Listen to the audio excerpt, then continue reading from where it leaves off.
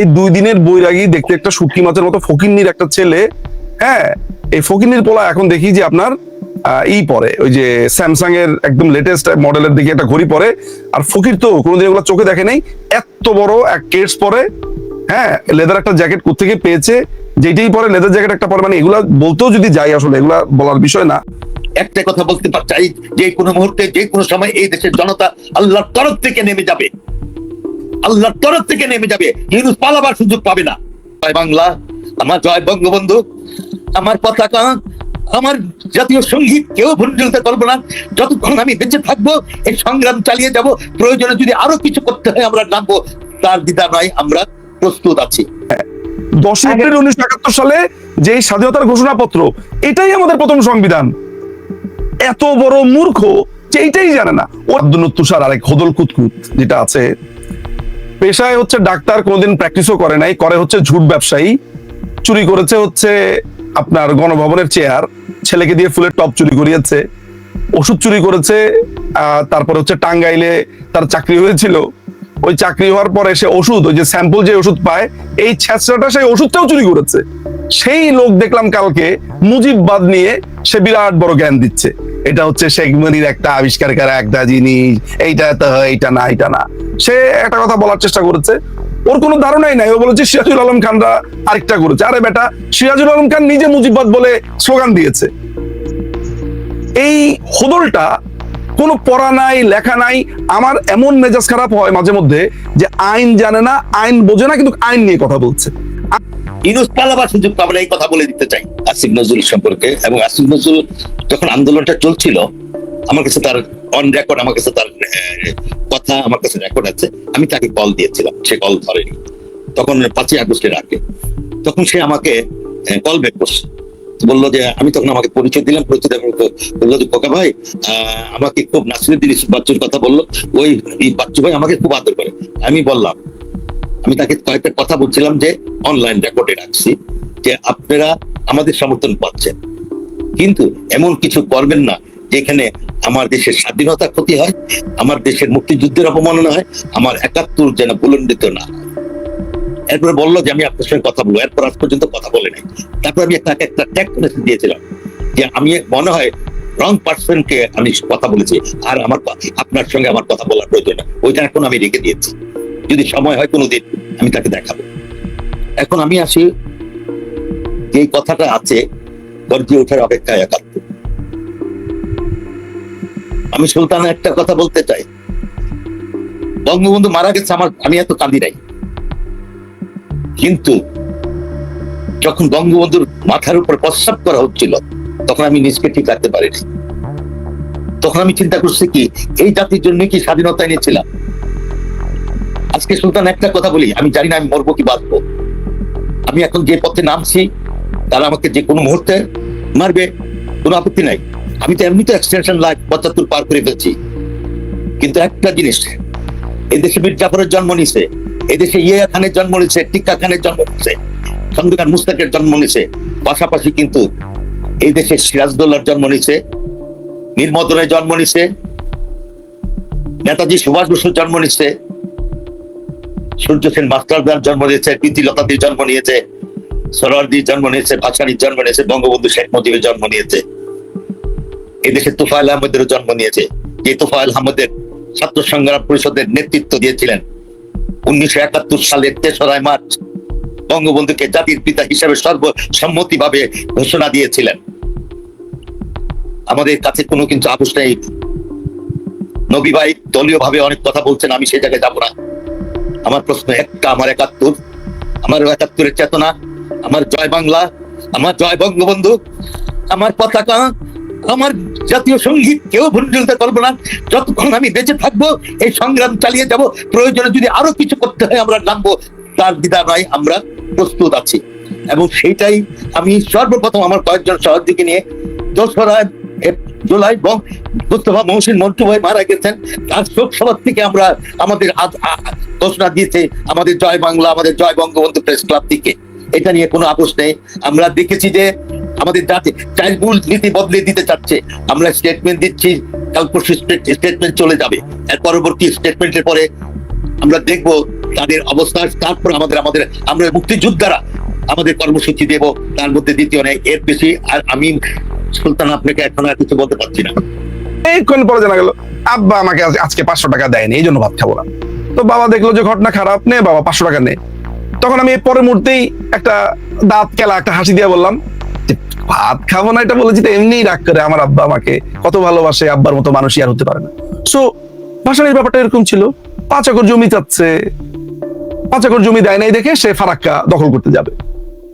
একেবারে ওই যে আপনার হচ্ছে নুরা, এই যে এই গণপরিষদের নুরা আছে না, এই নুরা আর আমি দেখলাম যে ভাসানী তো তার অনেক বছর বয়সে এসে তার এই রোগ হয়েছে, নুরারও ঠিক একই ব্যাপার। টাকা পয়সার কোথাও ক্যাচাল দেখবেন তখনই দেখবেন সে বলা শুরু করেছে, হাউ খাউ চেঁচামেচি শুরু করেছে।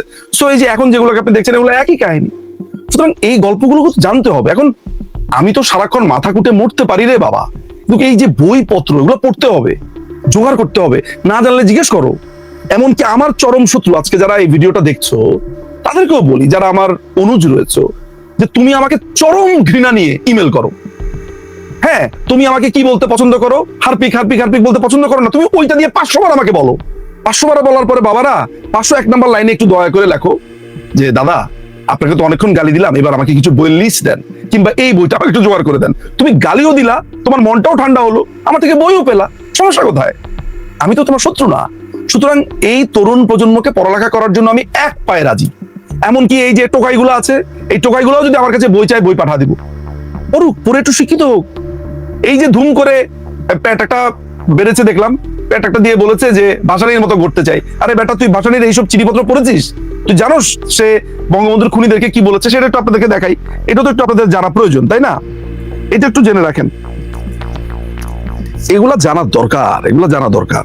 এই যে একটা বই আছে, সেটা হচ্ছে ডালিমের একটা বই আছে, যা দেখেছি যা পড়েছি যা করেছি, যা দেখেছি যা বুঝেছি যা করেছি। এই বইয়ের 285 নম্বর পাতাতে, হ্যাঁ, সে বলছে, ডালিমকে সে বলছে, আমরা যা করতে পারিনি তোরা তা কইরা দিছস, তাই নাই? তুই ও তোর সাথীরা সেটা কইরা বাংলাদেশের 10 কোটি জনগণের বাঁচাইছস জালেমের হাত থেইকা। এই বুইরা তোদের দোয়া দিতাছে, আল্লাহ তোদের হায়াত দারাজ করুক। এইটা ভাসানী কাকে বলছে? ডালিমকে বলছে। দেখেন, 2 দিন আগেও বঙ্গবন্ধুকে তার সন্তান সমতুল্য বলেছে, 2 দিন আগেও সন্তান সমতুল্য বলেছে। বঙ্গবন্ধু নিজের হাতে তার অনশন ভাঙাতে গিয়েছে, তখন জানতে পেরেছি সেটা হলো আপনার আইয়ুব খানের সাথে, দাঁড়ান আমি ওই জায়গাটা কোথায় জানো,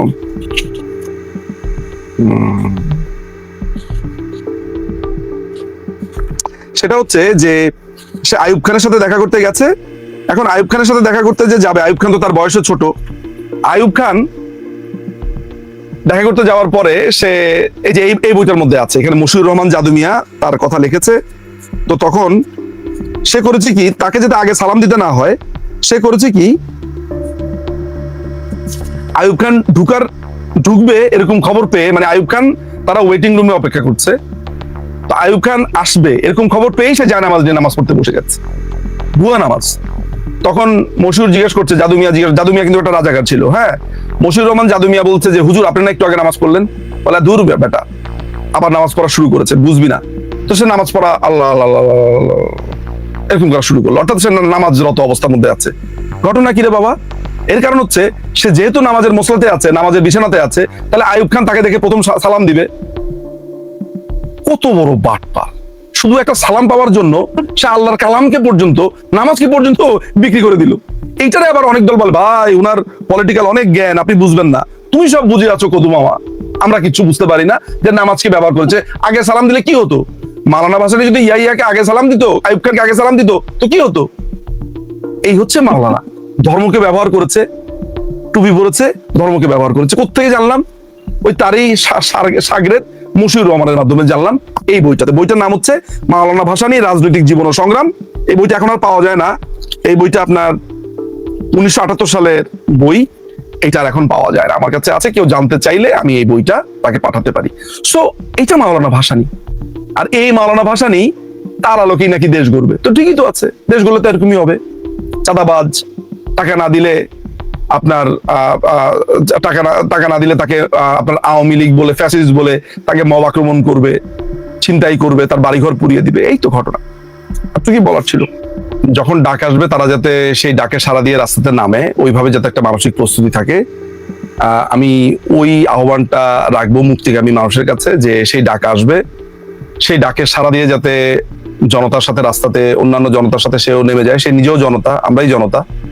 সুতরাং এই দেশকে যদি দেখেন, দেশের কি অবস্থা হয়েছে, মানে মুক্তিযুদ্ধের মাধ্যমে স্বাধীন করা একটা দেশ, সে পাকিস্তানি আবার দখল করে নিল কমপ্লিটলি। এবং বাংলাদেশের মানুষরা এই আওয়ামী লীগের উপরে দিয়ে এই জিনিসটাকে তারা বুঝতে পারছে কিনা আমি জানি না, দেশটাকে দখল করে না। তারা মনে করছে যে কই আমাদের স্বাধীনতা তো ঠিকই আছে, কই আমি তো এখানে তো পাকিস্তানের সৈন্যদেরকে দেখি না, কিন্তু আদতে একটা পাকিস্তানি রাষ্ট্র হয়ে গেছে। এইটাকে একটা ধর্মীয় রাষ্ট্র বানিয়ে এমন ছেঁচা দিবে এই দেশের জনগণকে, তখন এই দেশের মানুষ ভালোভাবে বুঝতে পারবে যে একবার দেশ ভাগ হওয়ার পরে যেরকম ধরা খেয়েছিল, এখন আবার ধরা খাবে। সো এই দিকেই আগাচ্ছি আমরা। আমাদের কথা এখন তিতা লাগবে, বিটাল লাগবে, কত রকমের ভাবে বলবে, কিন্তু আমরা এই মৌলবাদ রাষ্ট্রের দিকেই আগাচ্ছি, এই ভয়ঙ্কর রাষ্ট্রের দিকেই আগাচ্ছি। এই মৌলবাদ শুধু ধর্মীয় মৌলবাদ না। মৌলবাদ বলতে তো অনেকেই খালি বোঝে যে ধর্মীয় মৌলবাদ। এই মৌলবাদ বলতে পলিটিক্যাল মৌলবাদী আছে, এখানে নানান রকমের চিন্তার মৌলবাদী আছে, যারা প্রচন্ড গোড়া, পরিবর্তন বা চেঞ্জ বা এই জিনিসগুলোকে একসেপ্ট করতে চান না বা সত্যি কথা নিতে চান না। ফলে এই মানুষগুলোর এগেইনস্টে আমাদের আদর্শিকগত লড়াই, আর সবচেয়ে বড় ব্যাপার হচ্ছে পড়ালেখা করতে হবে। আমি তো বলেই দিয়েছি যে আমার চরম শত্রু, আমি তাকে পারমিশন দিলাম সে আমাকে শত শত শত শত গালি দেখ, কিন্তু নিচে দিয়ে একটা লাইন অন্তত পক্ষে লেখুক গালির পাশাপাশি, যে আমি এই বইটা একটু পড়তে চাই, যদিও আমি আপনাকে ঘৃণা করি, অপছন্দ করি, কিন্তু তারপরেও কি আপনি আমাকে এই বইটা দিতে পারবেন? আমি দিব। আমি ঘৃণাটা কমপ্লিটলি আমি ইগনোর করব, কিন্তু ও যে বই চাচ্ছে আমার কাছে, এটাই আমার কাছে অনেক বড় একটা ব্যাপার। আমি সানন্দে তাকে এই বইটা সাপ্লাই দিব, কারণ এই তরুণ প্রজন্মকে বই পড়তে হবে। মুশকিল হচ্ছে যে আটখাচড়া বই পড়লে হবে না। একটা বই পড়লাম, এক পাতা পড়লাম, উপরের পৃষ্ঠা সূচিপত্র পড়ে মনে করলাম যে আমি মহাজ্ঞানী হয়ে গেছি, জানি জানি জানি, বুঝছি বুঝছি বুঝছি বুঝছি, এমনি হবে না। পুরো বই পড়তে হবে, বই নিয়ে চিন্তা করতে হবে, বই নিয়ে ভাবতে হবে, ডিসকাশন করতে হবে, ওই বইয়ের সূত্র ধরে আরেকটা বই পড়তে হবে, সেই বইয়ের সূত্র ধরে আরেকটা বই পড়তে হবে, প্রতিদিন কি হচ্ছে সারা পৃথিবীতে সেগুলো জানতে হবে। এগুলোই আমার নির্দেশনা তরুণ প্রজন্মের প্রতি। এতটুকু।